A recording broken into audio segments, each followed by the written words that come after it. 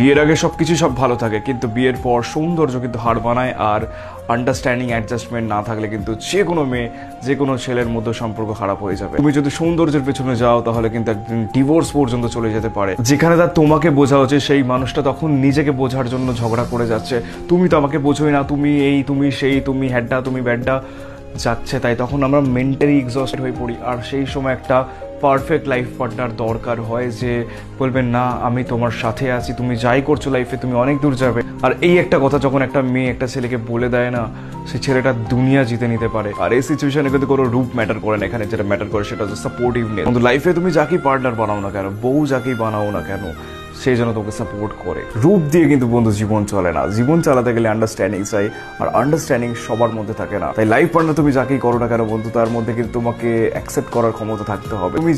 তুমি যেরকম খরচা করো, তুমি যেরকম ভাবে লাইফস্টাইল লিড করো, সুতরাং লাইফে যেই তোমার পার্টনার হোক না কেন, তার মধ্যে তোমাকে সাপোর্ট করার ক্ষমতা আছে কিনা সেটা দেখতে হবে। যদি থাকে, সেই মানুষটাই তোমার, এটা মানতে হবে।